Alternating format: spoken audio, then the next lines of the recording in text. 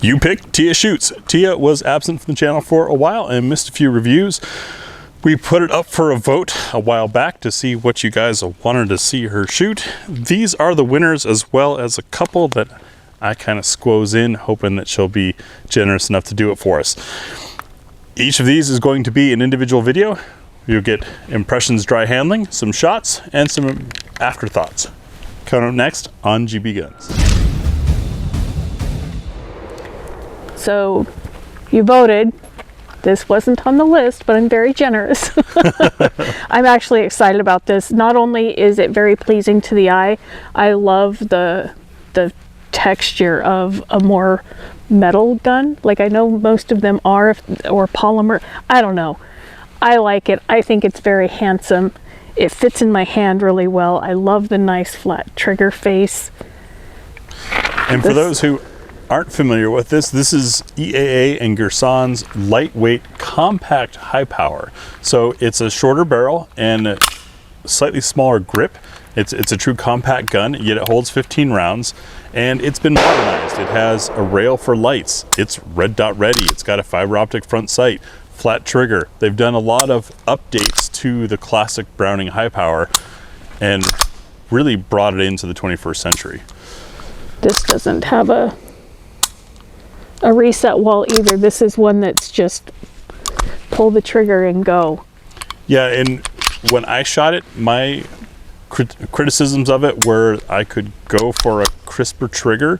Also, there's no texturing on the front strap, and so I found the gun kind of swam in my hands. Okay. But that's also a big guy hand problem. The audible sound that it makes mechanically excites me. It does have a safety, which is easily deployed. I like that. And the big beaver tail so that there's no hammer bite. I don't remember if you got hammer bite on the original high power design, but it beats the crap out of my hand. No, I'm fortunate. It would unfortunately make it not okay for carry for me. I don't really have any place to tuck that extra inch. But what I am noticing is there is no reset on this trigger. It's all the way back out and then just through again. But that's nice. That bodes well for some purposes. Anyway, I'm gonna put 10 rounds through it at the same steel we usually shoot to see how shooting it changes my initial impression of just holding it.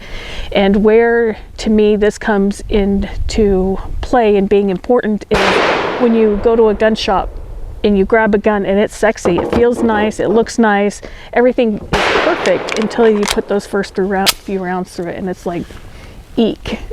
And more often than not, that's after you've already paid for it. Yeah, So. yeah.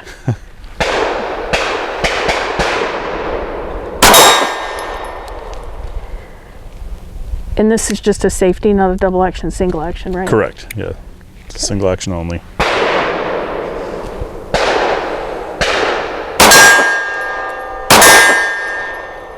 I'm not noticing any reset on this trigger.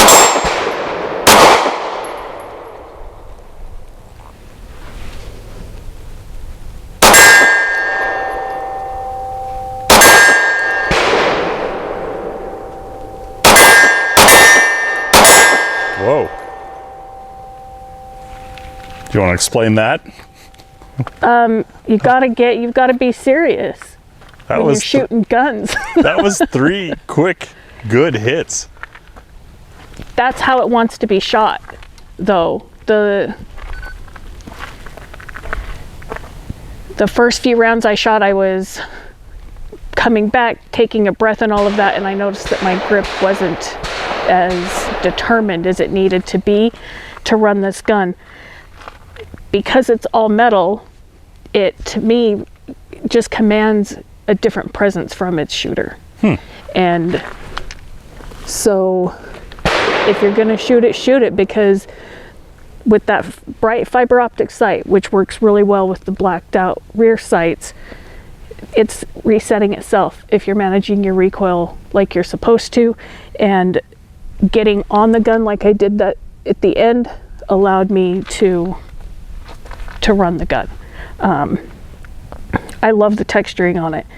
It's definitely leaving marks in my hands, but it's not painful. Like I don't feel like I would be raw at the end of a day from that, but it's applying grip and texture where it needs to make sure that things are staying where they're supposed to. I really liked the trigger. Don't remember what I liked about it, but I liked it. There's no reset, so you just have to run the gun and let it do its thing. It's very handsomely done. I really like this. I had some issues with the lack of texture on the front strap, causing the gun to be a little shifty in my hands because it's so smooth.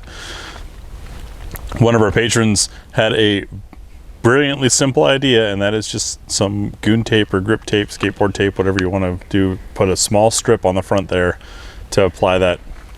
But if your grip is here, that controls your side to side. It's the up and down. I was getting flip because I can't get my whole hand on the gun because I've got larger hands, and so I end up really needing that traction on the front.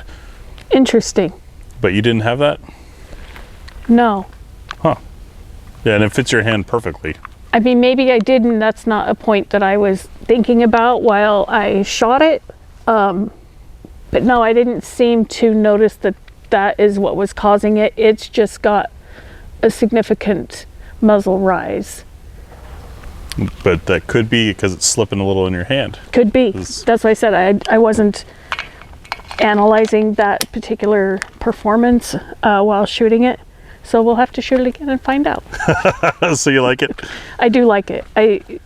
Not only is it obviously well built, you can feel that in the handling of it. It looks well built. It functions well for me, and it's just very handsome. I like it.